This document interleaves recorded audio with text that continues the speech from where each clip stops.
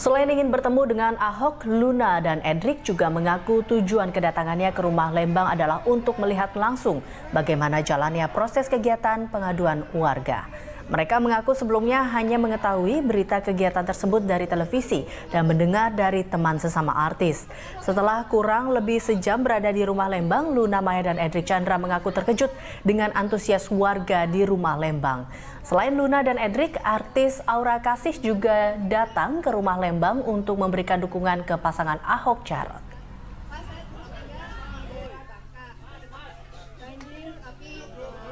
Pengen tahu sih gitu, soalnya beberapa temen udah kesini, bilang yaudah kesini aja lihat-lihat gitu. Terus pengen dengar bagaimana masyarakat dan juga Pak Ahok itu aja sih. Diundang atau memang keinginan? Datang sendiri, keinginan sendiri. Pengen diadu juga Pak? Banyak. Enggak lah, bukan pengen ngadu sih, pasti kan pengen tahu program-programnya apa, terus perbaikan apa yang bisa ditawarkan. Ya namanya kan saya masyarakat biasa kan, jadi pengen tahu dong gitu. Jadi kayak apa keadaannya. Rencananya seperti apa? Rencananya ke depannya seperti apa untuk Ahok? Calon Gubernur Petahana DKI Jakarta Basuki Cahayapurnama atau Ahok disambut antusias warga ketika belusukan di Pondok Kopi Jakarta Timur. Belusukan Ahok kali ini tidak lagi mengalami penolakan seperti sebelumnya. Setibanya di lokasi, Ahok langsung meninjau saluran air yang kerap meluap saat hujan deras. Menurut Ahok, penyebab banjir yang sering terjadi di wilayah ini akibat saluran air yang tersendat. Selain meninjau saluran air, Ahok juga menyampaikan akan mengganti lampu jalan yang berada di pemukiman dengan lampu LED. Ini kenapa bisa lebih rapi? Dulu kan lucu, kanal banjir timur ada. Masa Pondok Kopi banjir sih? Kanal banjir timurnya kosong kok. Makanya saya bilang pasti salurannya nggak benar. Nah kita minta normalisasi, dia ada di semen, di plester. Tadi saya lihat itu, di dalamin, di plester, otomatis banjir sini hilang. Karena dia lari ke kanal banjir timur. Ya harusnya timur ini nggak ada masalah. Dalam kunjungannya ke Kelurahan Lubang Buaya, calon gubernur nomor urut 3, Anies Baswedan, menyampaikan rencana program jika dirinya terpilih menjadi gubernur DKI Jakarta. Anies menjanjikan adanya program bantuan langsung tunai atau BLT kepada warga ibu kota yang berusia lanjut. Program BLT ini rencananya diberikan per tahun kepada lansia kurang mampu maupun sebatang kara. Selain program BLT, Anies berencana melaksanakan program pembangunan fasilitas ruang menyusui bagi ibu pemilik anak balita. Jadi konsepnya sebenarnya bantuan terutama bagi mereka yang tidak memiliki dukungan dari keluarga. Nanti kita akan menggunakan jalur dari RT, RW untuk bisa mendata bersamaan dengan Kementerian Sosial. Data itu nanti kita akan berikan bantuan khusus karena mereka-mereka ini yang seringkali hidup kami temukan di lapangan. Sementara calon gubernur DKI Jakarta Agus Harimurti Yudhoyono mengisi kampanyenya dengan menyapa dan menyerap aspirasi warga di kawasan Pisangan Baru, Jakarta Timur.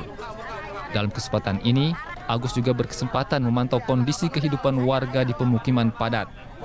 Kedatangan Agus langsung disambut oleh warga. Banyak warga yang ingin bersalaman, berfoto bersama, dan berdialog langsung dengan calon gubernur DKI nomor urut 1 ini. Tim Liputan, Berita 1 TV Jakarta.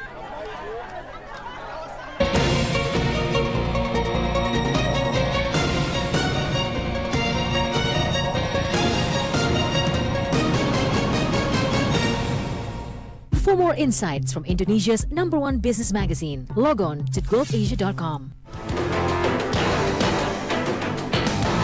Saya Sheila, melaporkan langsung dari Barreskrim Polri dan Anda sedang menyaksikan Berita 1.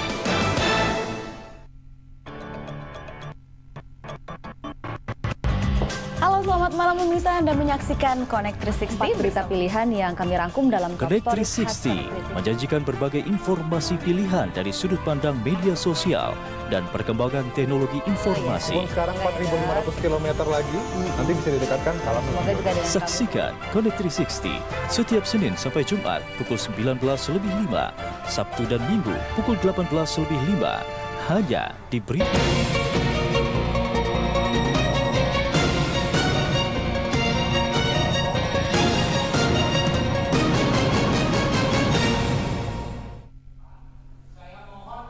Ribuan peserta yang terdiri dari orang tua, mahasiswa, dan calon mahasiswa Universitas Pelita Harapan menghadiri acara Business Leader Speakers yang menghadirkan founder of Lipo Group Mohtar Riyadi. Dalam pidatonya, Mohtar Riyadi memberikan pencerahan dan pemahaman yang luas seputar bisnis kepada para mahasiswa. Ia mengatakan kiat paling utama di dunia bisnis adalah harus selalu mengikuti perubahan-perubahan politik dan ekonomi.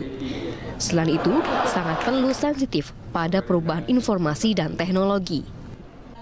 Dalam kesempatan ini, Mohtar Riyadi membagi pengalamannya kepada para peserta mengenai hal yang menjadi landasannya masih berkarya sebagai pengusaha. Sebagai pendiri Lipo Group yang memiliki 120.000 tenaga kerja, bagi Mohtar adalah sebuah tanggung jawab. Bukan hanya untuk tujuan untuk mendapatkan keuntungan, Mohtar menjelaskan Lipo Group juga bertujuan memperluas lapangan pekerjaan kepada masyarakat dan seberapa besar memberikan pajak kepada negara untuk meningkatkan pendapatan kas negara. Bukan cerita tentang berapa uang yang bisa kita untung, namun lebih penting lagi adalah sampai seberapa jauh setiap tahun kita bisa menambah lapangan kerja bagi bangsa Indonesia. Setiap tahun sampai seberapa besar kita bisa menambah pembayaran pajak kepada pemerintah supaya kas negara lebih kaya dan bisa membuat infrastruktur lebih baik bagi rakyat dan menyediakan sekolahan yang lebih banyak untuk menyediakan lapangan pendidikan yang lebih baik bagi anak-anak kita. Mohtar Riyadi juga membagikan pandangannya terhadap sistem perekonomian global terkini dengan terpilihnya Presiden Amerika Serikat Donald Trump. Mohtar menilai Trump memiliki ide-ide yang tidak wajar dengan menutup pintu perekonomian Amerika. Trump menghendaki penurunan pajak sebesar 40% menjadi 15% yang lebih rendah dari pajak Hong Kong dan Singapura. Maka dari itu, perusahaan-perusahaan di luar negeri akan pindah kembali ke Amerika. Inilah yang akan menyebabkan pengaruh yang cukup besar pada perekonomian dunia maupun di Indonesia. Pemilu Amerika menghasilkan presiden barunya namakan Trump. Dan Donald Trump ini mempunyai satu ide-ide yang aneh. Ide itu adalah mau tutup pintu untuk membangun Amerika. Jadi dengan demikian ini akan membawa suatu perubahan yang sangat drastis. Trump ini menghendaki menurunkan tingkat pajak itu dari 40% menjadi 15%, akan lebih rendah daripada Hong Kong dan Singapura. Kalau ini dilakukan, maka semua perusahaan-perusahaan yang ada di luar negeri ini akan kembali ke Amerika. Dengan demikian, pasti ini akan membawa satu dampak yang luar biasa terhadap perekonomian dunia ini. Kalau satu perusahaan, satu keluarga, satu negara, satu bangsa tidak alert, tidak sensitif terhadap perubahan teknologi, perubahan politik, perubahan ekonomi, maka perusahaan itu akan menjadi masalah. Menghadapi tantangan perekonomian dunia yang akan berubah drastis, Mohtar Riyadi memberi pandangan bahwa Indonesia harus memikirkan bagaimana dapat menyesuaikan dan melengkapi perusahaan-perusahaan yang akan didominasi. Hal ini sebagai tantangan bisnis ke depan pula untuk generasi bangsa menemukan solusi menumbuhkan perekonomian Indonesia. Sadrina Evanalia, Amin Subarkah, Berita 1, Tangerang.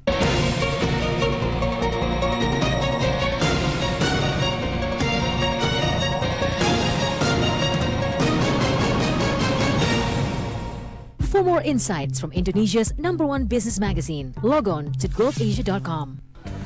Bagi saya, berita bukan sekadar deretan peristiwa tanpa makna. Berita harus bermakna perbaikan bagi demokrasi di negeri ini. Saya, Doni De Keizer, Saksikan Berita 1 News Channel dalam format Full HD di Channel 1 First Media dan Big TV. Live streaming lewat berita1.tv atau download aplikasi Berita 1 di Android dan iOS.